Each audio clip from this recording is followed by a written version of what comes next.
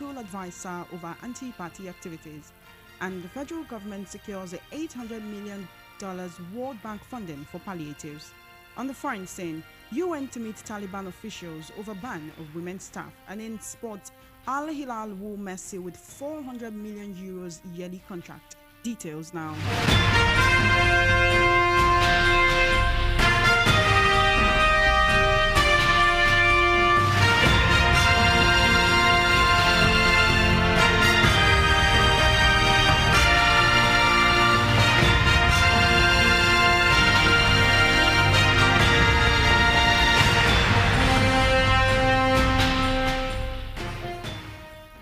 Thank you for joining us. The World News at 6 begins with the High Court of the Federal Capital Territory in Maitama issuing an order restraining the national chairman of the Labour Party, Julius Abure, and 3 senior officials of the party from further parading themselves in their official capacities.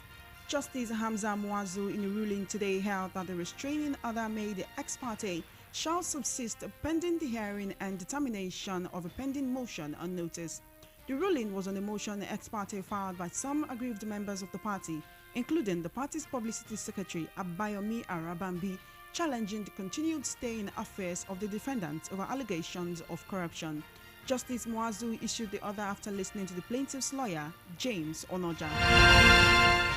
In another development, the former President Olusegun Obasanjo has pleaded leniency for former Deputy Senate President Ike Ekweremadu, who was found guilty of organ trafficking in the United Kingdom. Ekweremadu and his wife Beatrice, with one Dr. Obinna Obeta, were found guilty of facilitating the travel of a young man to Britain with a view to his exploitation after a 6-week trial at the Old Bailey. They were found to have criminally conspired to bring the 21-year-old Lagos street trader to London to exploit him for his kidney on March 23, 2023. Ahead of the sentencing of the trio, former President Obasanjo, in a letter to the Chief Clerk of the Central Criminal Court, Old Bailey, London, dated April 3, 2023, said the urgent need of medical attention by Sonia Ekweremadu to make the United Kingdom temper justice with mercy.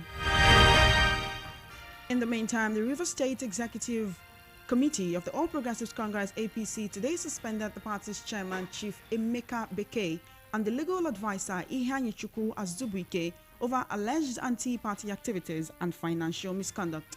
Also, the SEC dissociated itself from the comments allegedly made by the former Minister of Transportation, Rotimi Amechi, that the President-elect Bola Tinubu single-handedly nominated Professor Mahmoud Yakubu as the chairman of INEC. Special leader of the party's executive committee in the state, Chike Enyinda, who led other members to a media briefing in Port Harcourt, disclosed this today. Enyinda noted that the activities of Bekee and Amechi had adversely affected the party in the last couple of years, culminating in its dismal outing in the just concluded general elections. He called on the national chairman, Senator Abdullahi Adamu, to, as a matter of urgency, set up an independent panel of inquiry to look into the activities of the suspended leaders with a view to finding a lasting solution to the problems of the party in the state.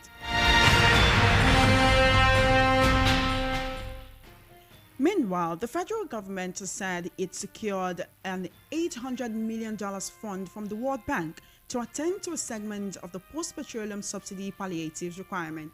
Minister of Finance, Budget and National Planning, Mrs. Zainab Ahmed, disclosed this while responding to questions from State House correspondents after this week's Federal Executive Council meeting at the Presidential Villa in Abuja. She disclosed that the $800 million is the first tranche of palliatives for disbursement through cash transfers to about 50 million Nigerians who belong to the most vulnerable category of society. In a brief interview with our senior correspondent Esther Nwachukwu, here is what Barrister Fred Nziako had to say on this development.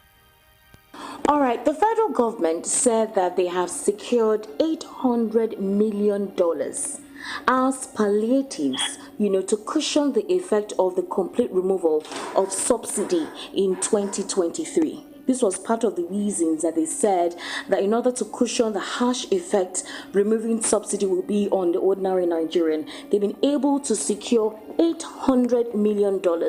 And the minister of planning, that is the minister of budget and the minister of finance, rather, budget and national planning, Zainab Ahmed, disclosed this recently while she was responding to questions from, journalists and State House correspondents. Now, Barrister Fred Nzako, what I need you to respond to is this. In time past, the federal government has always gotten palliative funds from either from international communities to cushion harsh realistic effects. For example, during COVID, they got funds, they got palliatives, but the people did not really feel the effect of this. All right. We also have a scenario, especially during this cash, those who were not properly banked, that is unbanked individuals, whom the federal government said they were going to try to alleviate their state of poverty. And in terms of unemployment, they were going to try to give these people funds. But we heard that they were going to do that, 5,000 naira for unbanked individuals in rural communities. But we did not also get to see the effect of these palliatives. Now they are asking for $800 million. They're actually getting $800 million. Do you think that it will cushion the effect? Will it be of any help at all if the subsidy is completely removed? Are Nigerians going to feel the effect of this money in terms of any form of palliative? Well, what it now means is that government has come to terms with the reality, and government is no longer denying the fact that subsidy has continued to be paid, and it has continued to amount to leakages from our treasury. The second thing it means is that government is seemingly getting ready to remove subsidy. Nigerians have been asking them that the subsidy itself pays nobody. And Nigerians have been asking that let there be removal of subsidy. But that any subsidy removal, if it is true that the subsidy regime is managed well, then such removal will presuppose that local refineries should be alive, up and running. We understand that Dangote refinery, the largest private refinery in Nigeria and indeed in Africa, will come on stream anytime from April or May. And I want to believe that if that is the best time for government to remove subsidy, then subsidy should be finally and completely removed. Now, if government is seeking 800 million naira, the next question will be, is it as a loan or a grant? Will it be repayable, or is it a grant from development partners? I think it's a grant because the minister, Zainab, said that they've been able to secure that $800 million. So I think it's a grant from their international counterparts. You make effort to even secure loan. No, you don't just go and pick loan from the road. A lot of efforts are made to secure loans, and a lot of efforts are also made to secure the grant. The difference is that if you're giving any grant, it might be like you have been dashed that amount. You have been given it, you have received it freely without responsibility of repayment.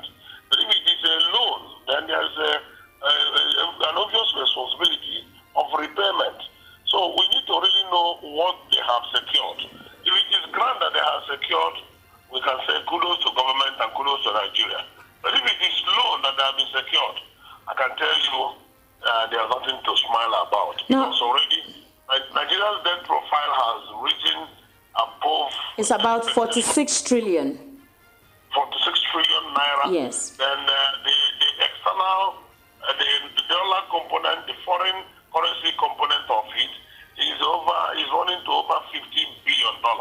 So we really don't need to secure more loans.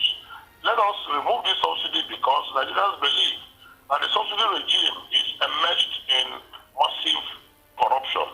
And that is why the impact of subsidy does not take hold out to the common man. Now, Barrister, we have a high record of unemployment. There is an increase in poverty. There is fluctuation. We have inconsistent monetary policy rates that is actually affecting investors, would I call it investment opportunities in this part of the world.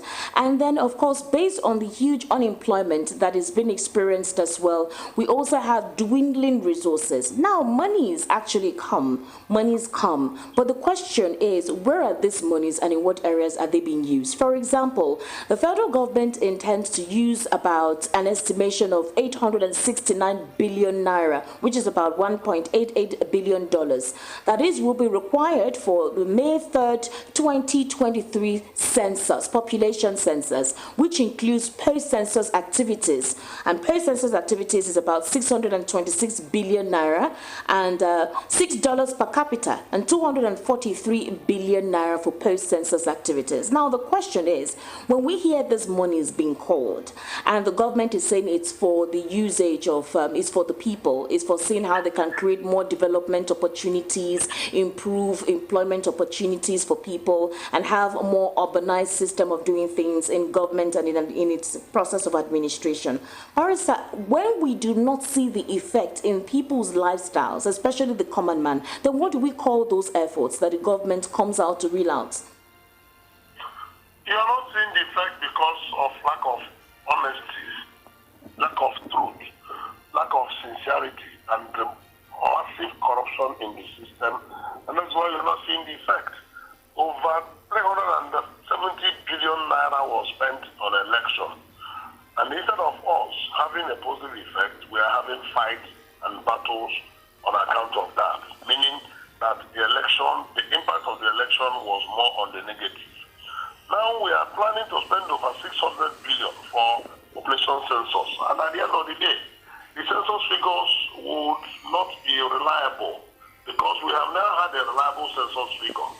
And we now collapse back to the idea of estimation by World Bank and IMF to tell us the number of people and the demographic statistics of the people of Nigeria. At that point, the whole 600-something billion had also gone to waste. Instead, what is happening in Nigeria is because government business is run as no man's business. Those in authority have refused to realize that the very best option to run government business is to run it as a private enterprise, in which case you will apply all human endeavors to plug loopholes and avoid wastages. But when government business is run as no man's business, then nobody cares how much that anything costs. And that is the worrisome aspect of it, because most projects in Nigeria, both social projects, infrastructural projects, development projects in Nigeria, are always the costliest in the world. If we do 1 kilometer of road in this country, the cost of doing 1 kilometer of road in Nigeria, we do 10 kilometers of road in other parts of the world. You've just listened to Barrister Fred Nziako in an interview with our senior correspondent Esther Onwachukwu, speaking on the federal government securing an $800 million World Bank funding to attend to a segment of post-petroleum subsidy palliatives requirement. Meanwhile, the Igbo Stakeholders Forum, an umbrella body of Igbo professionals, technocrats and leaders of thought, has endorsed Senator Osita Izunaso for president of the 10th Senate. Speaking while addressing the media at the end of the general meeting in Lagos, the convener of the group, Prince Nixon Okara, noted that the reason for the endorsement is because Senator Izunaso has what it takes to lead a successful Senate. According to him, Izunaso is an experienced, loyal and committed party man who, as the chairman of the National Organizing Secretary of the All Progressives Congress, APC, contributed a lot to the successes of the ruling party. Speaking further, Prince Okara disclosed that Senator Izunaso has the backing of most of the Igbo leaders both in Igbo land and in the diaspora, adding that giving him the position will go a very long way in dousing the tension in the country.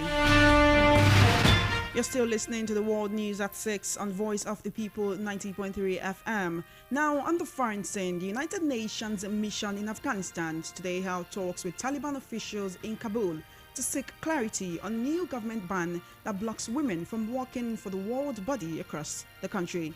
Since seizing power in August 2021, the Taliban authorities have imposed a slew of restrictions on Afghan women, including banning them from higher education and many government jobs. The increasing restrictions are reminiscent of the Taliban's first government between 1996 and 2001. Yesterday, the UN said the Taliban government has extended the ban on women working for non-governmental organizations to the world body.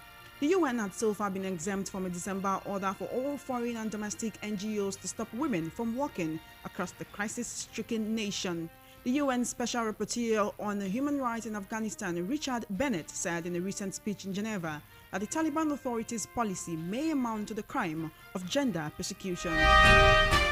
Now in sports, Saudi Arabia club Al Hilal have wooed Argentine superstar Lionel Messi with a deal worth €400 million a year.